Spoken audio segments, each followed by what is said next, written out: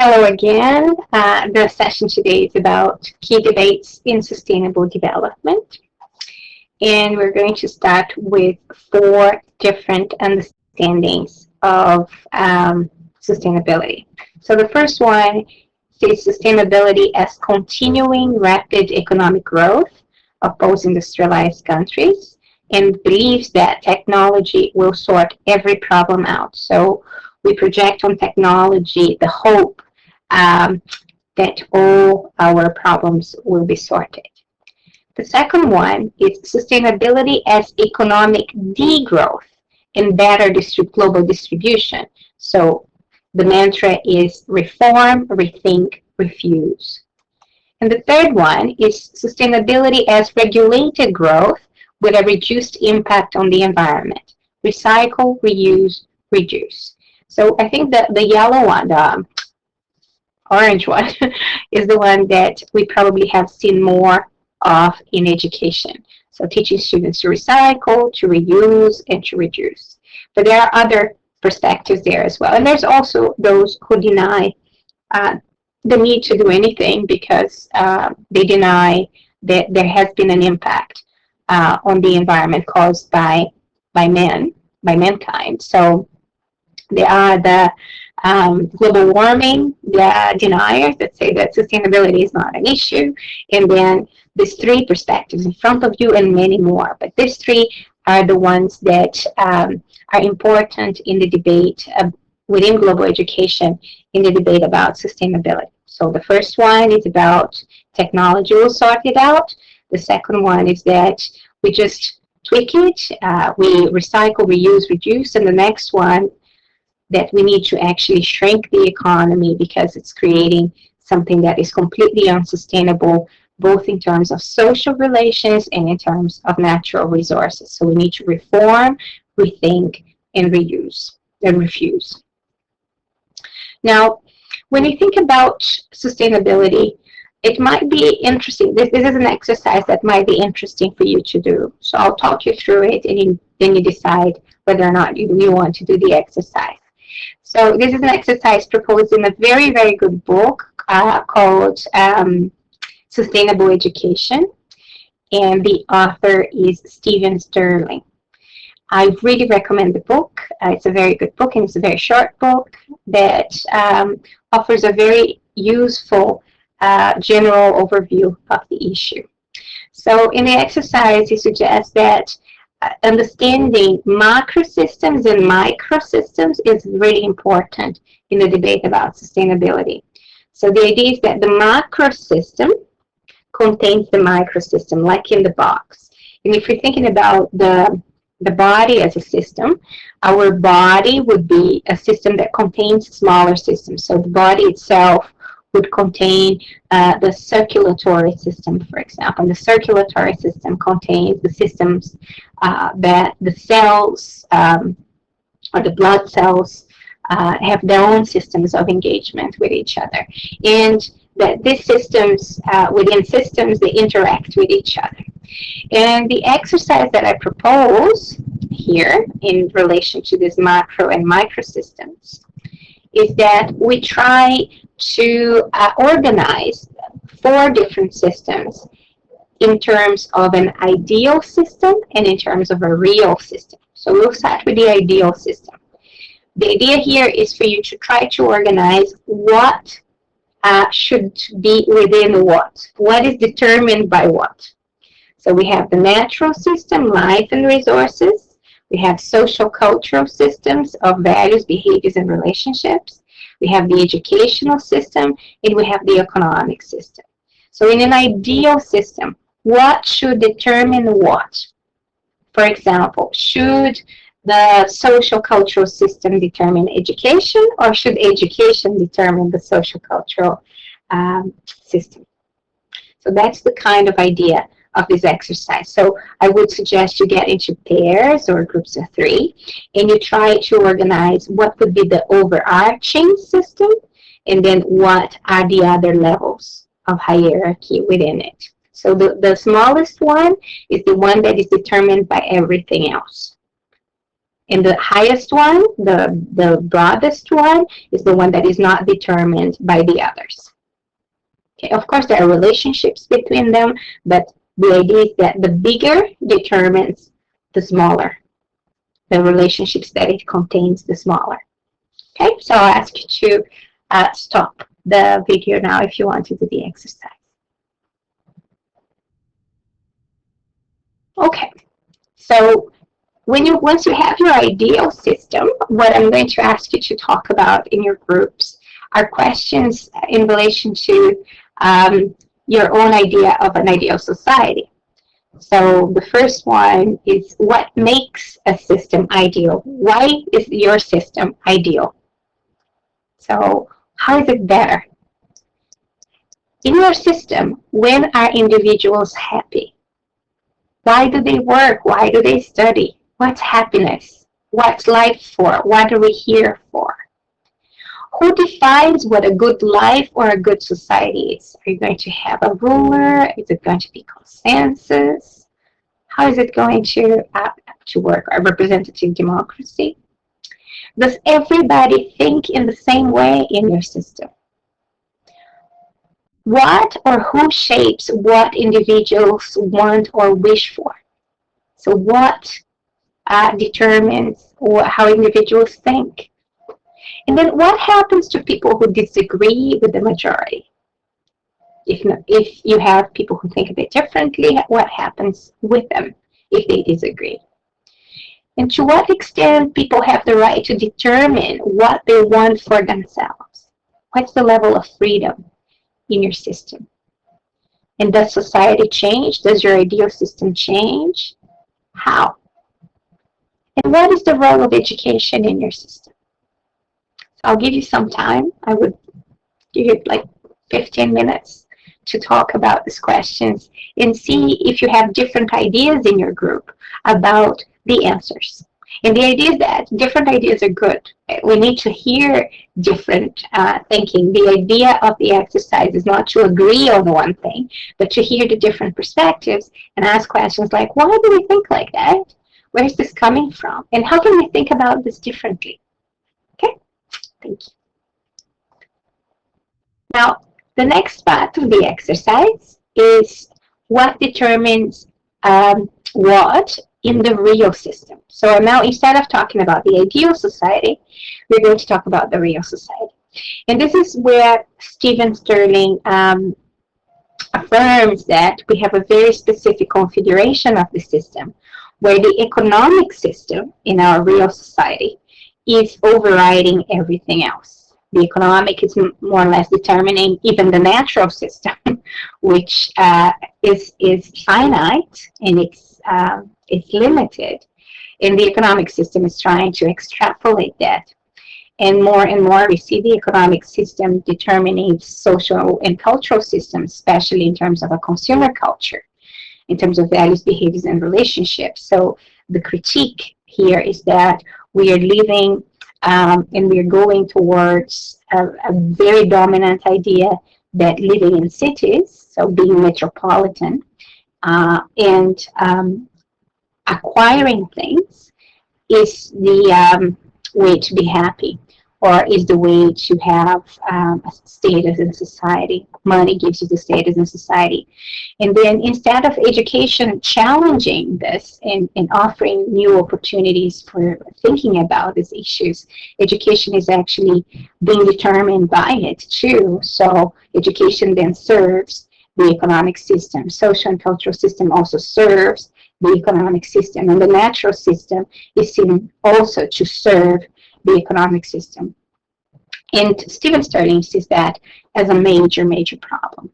And he's not alone in this. A lot of people have got critiques. And people who talk about the need for sustainable development, for sustainability, talk precisely about the critique of consumerism. So not only in terms of us wanting stuff to be happy and not feeling happy with the stuff, but also in terms of the impact our consumption, especially for a very small part of the population of the planet, how their consumption impacts people in other places of the world. but also in terms of how our waste, the waste that we generate, cannot be accommodated in the finite system that we have. So a very interesting and very common exercise that is done in this area is called the ecological footprints. And in this ecological footprints exercise, people have, if you go to the internet and if you just Google ecological footprints, you'll find it. You will answer a questionnaire, and in this questionnaire, you will see what is your impact on Earth in comparison to other people. And what is interesting about the exercise is that the result shows that if you have a relatively normal pattern of consumption of energy and water and food, the normal pattern of consumption in industrialized countries or in Europe, even for poor people in Europe, that's would be the standard level of consumption. If everybody consumed like poor people in Europe, let's not even talk about rich people, we would, if everybody consumed like that, we would need 6 planets to live in.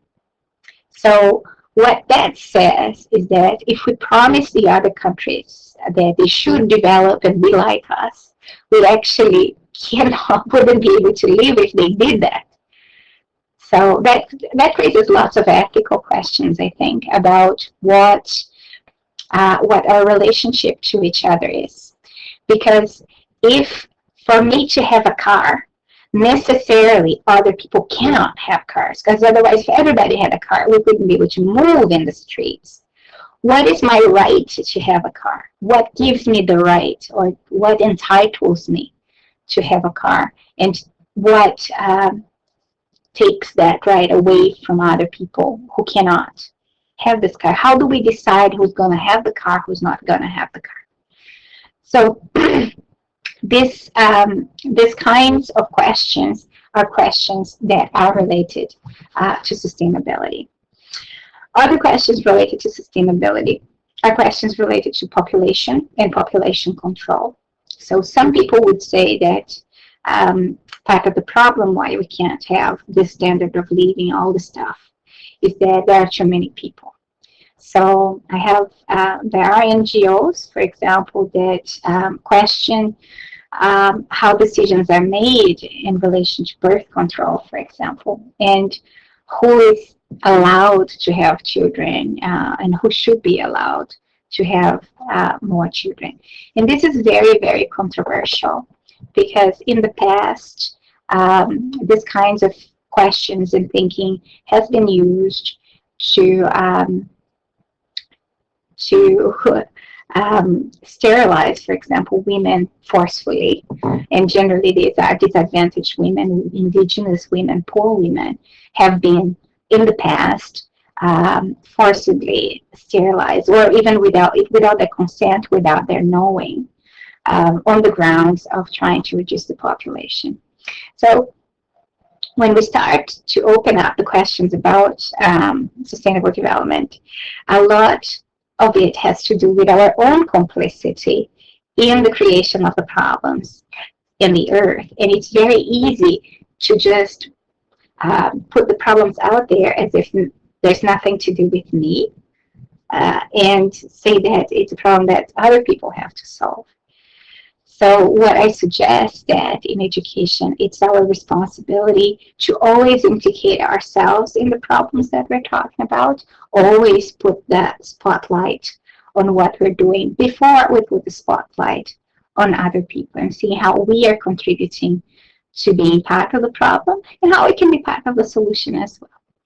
Okay, so I find this exercise of Stephen Sterling very interesting and useful to show how the economic sphere, or the economic dimension, or the economic system is indeed having more and more of an influence in other areas of our lives, and that this doesn't have to be like that, and that this is actually very problematic.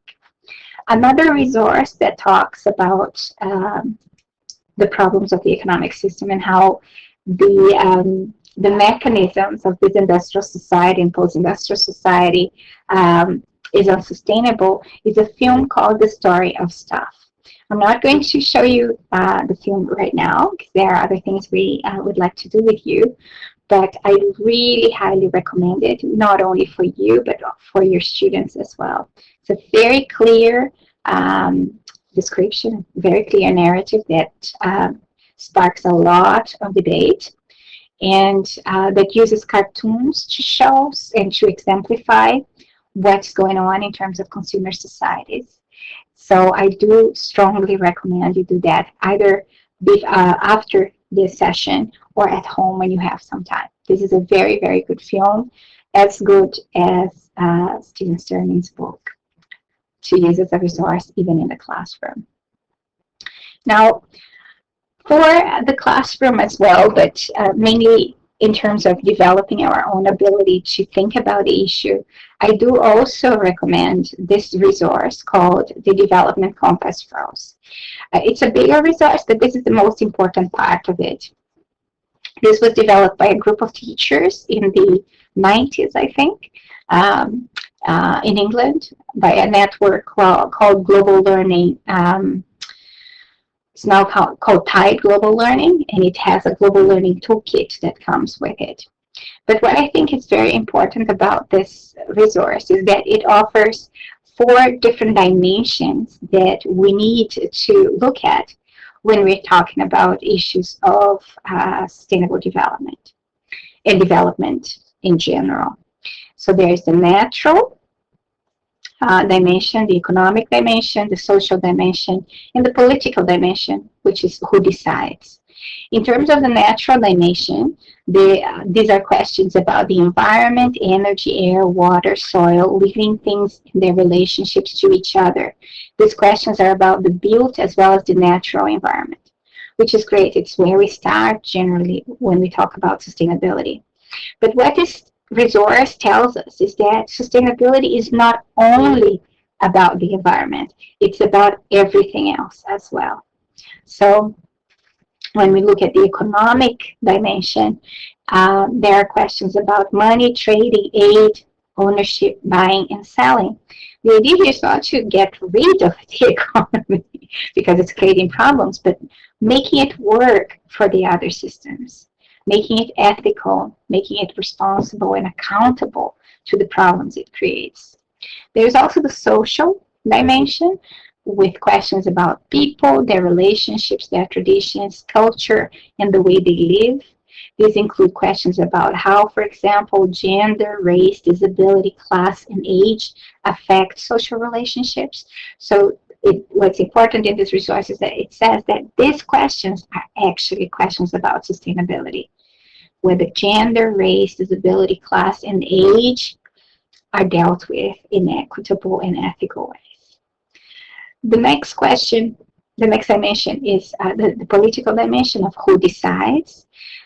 So there's questions about power, who makes choices and decides what is to happen, who benefits and loses as a result of these decisions, and at what cost. So with whatever problems that you may have in front of you or in front of your students, this is a very interesting tool to use in approaching these problems and keeping all dimensions on the table. So because you see that one dimension is going to interact with another, and sometimes economic decisions are going to have an impact on social, political, and natural dimensions, and sometimes protecting natural resources, for example, will have implications for other things as well. And this will create conflicts and dilemmas that are very useful for the classroom environment. So the idea here is that you don't have to sort them or solve them, but show the complexity of them to the children and the uncertainty of this, and help them develop the skills to make decisions more responsibly in more ethical ways, considering issues of politics, issues of equity and equality, issues of the economy, and issues of the environment that affect the environment. So I do recommend this, and I'm going to use this in an exercise with you. So I've asked your tutors to make a copy of that for you so that you can analyze a case study that I'm going to present to you now. So my case study is also highlighting the importance of seeing things through other eyes. So we're going to watch a YouTube animation called Abuela Grillo about the uprising of the people of Cochabamba in Bolivia against water privatization. So what happened in Bolivia was that the World Bank, which gives money, hands money to so-called developing countries so that they can develop, said to the Bolivian government in the 90s, we will give you this money, but we want the money back in the sense that we want you to privatize your water. So what happened was that it passed, the law passed, and they privatized the water. But in many Latin American countries where there are indigenous people, there are very, very good systems of water collection. So they privatized the water, and people said that's fine because we collect water from the rain. So we're fine. So the company that privatized, the company that bought the rights to the water in Bolivia didn't like that, and they forced the government through the contract with the World Bank to pass another law forbidding people to collect water from the rain. And that was not taken very lightly by the people themselves. There was an uprising. People took up arms and went to the streets, and there was a clash with government forces. And in the end, they actually managed to challenge that law, and now they can collect water from the rain. Water is still privatized, but that law didn't pass. Well, it didn't continue. It passed, but it didn't continue in that country. So what you're going to see is the same story, but told from an Ayoreo narrative. Ayoreo is one of the indigenous people of Bolivia. And it's a story about a cricket grandmother whose singing produces water. The grandmother can be seen as a metaphor for the metaphysical forces or spirits behind the natural phenomena, which is what the indigenous people believe. And this is represented, in this case, as a human form. So you see that the grandmother has got two antennas, and that's why she's a cricket. As you watch the film, think about, how does the grandmother establish her relationships? What happens when the grandmother starts to be exploited? How would the story of the uprising be different if told from a Western perspective? And what can we learn about sustainable development from the story? So what two different perspectives of sustainable development we have here? What is their sustainable development based on? So I'm going to try to put the story for you here. So just give me a minute to switch the technical configurations, and we'll come back to talk about it in a bit. Thank you. It takes about 10 minutes. Okay. Stop sharing.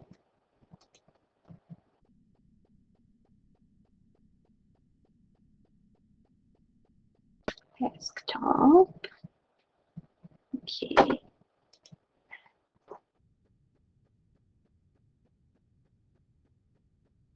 Okay, I hope you can hear this.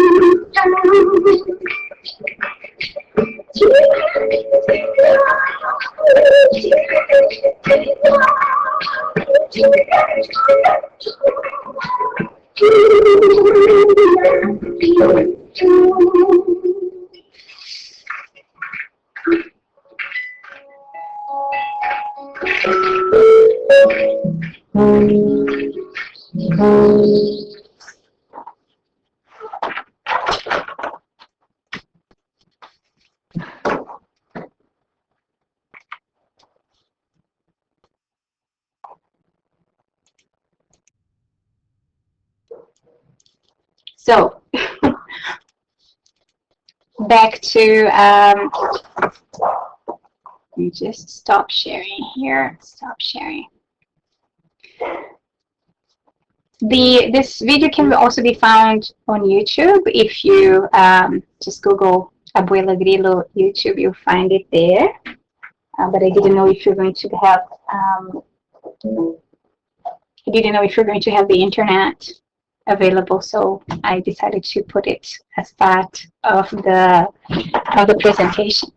So the idea here is to look at the problem in Bolivia, the privatization of water in Bolivia, using the development compass rose to see what aspects related to the natural environment, related to the economic system, related to the social dimension and political dimension, you could analyze using this tool, but also looking at it from a different perspective, seeing how the indigenous people would see the problem very differently. So what I suggest here is that for the indigenous people, it's not four dimensions that are equally important. For the indigenous people from the story, the natural environment and the relationships we have with each other, both each other as humans and each other as the other beings and the other forces of nature, is what actually determines whether something is sustainable or not. One of the examples of this is that in Bolivia as well, when the new president took office, Evo Morales, a law was also passed as challenge to the human-centeredness of human rights. And this law was about the rights of Pachamama, the rights of Mother Earth. So it is a bit of a parody, and it's a bit of a joke, really. But what they wanted to say is that the idea that individuals, human beings, are the most important thing on earth is actually one of the problems that is creating all these imbalances on earth. If we don't see ourselves as so important, then we might be able to respect the rights of other living things to the source of abundance, of the nourishment that the earth and the sun and the moon offer to all of us at the same time. And we can see how interdependent we are on all of these other life forms. Because if we can't keep on eliminating other life forms on the grounds of protecting our right to have stuff, then we will continue in a very dangerous path. And I think the story exemplifies this other way of thinking about respectful relationships and about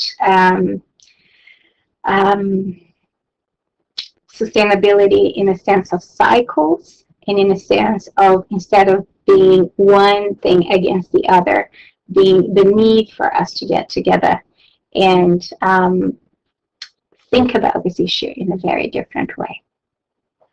So I hope that today you managed to have some ideas and some tools to be able to teach education for sustainability in the classroom in a slightly different way. Because I know that the mainstream way of thinking is just taking kids to the recycling center and getting them to do recycling posters. And my idea today was to show how difficult it is just to look at sustainability just in terms of the environment, that sustainability needs to encompass more dimensions, especially social dimensions. And if the problem starts with our relationships with the world and our relationships with each other, as global education suggests, then there is a different kind of work that needs to be done in the classroom in terms of helping children to realize how their knowledge and their relationships, existing relationships, what the media tells them, or what even education is telling them, can lead to unsustainable outcomes, so that they start to desire a world of sustainability for everybody, where resources are more equitably shared, and where the future has the participation of people who have been disadvantaged in the past, so that questions of justice, questions of peace, questions of difference, questions of identity and belonging are conceptualized in a very different way and are much more inclusive of different views and of our complementarity. So we don't see ourselves as in control of everything, but as self-sufficient, co-constructing things together in a very interdependent and fragile environment, which is the earth, so that we can desire for ourselves only what other people uh, could be entitled to as well. So it was a pleasure working with you. I hope to hear from you soon, and I wish you the best of luck in your global education journeys. Thank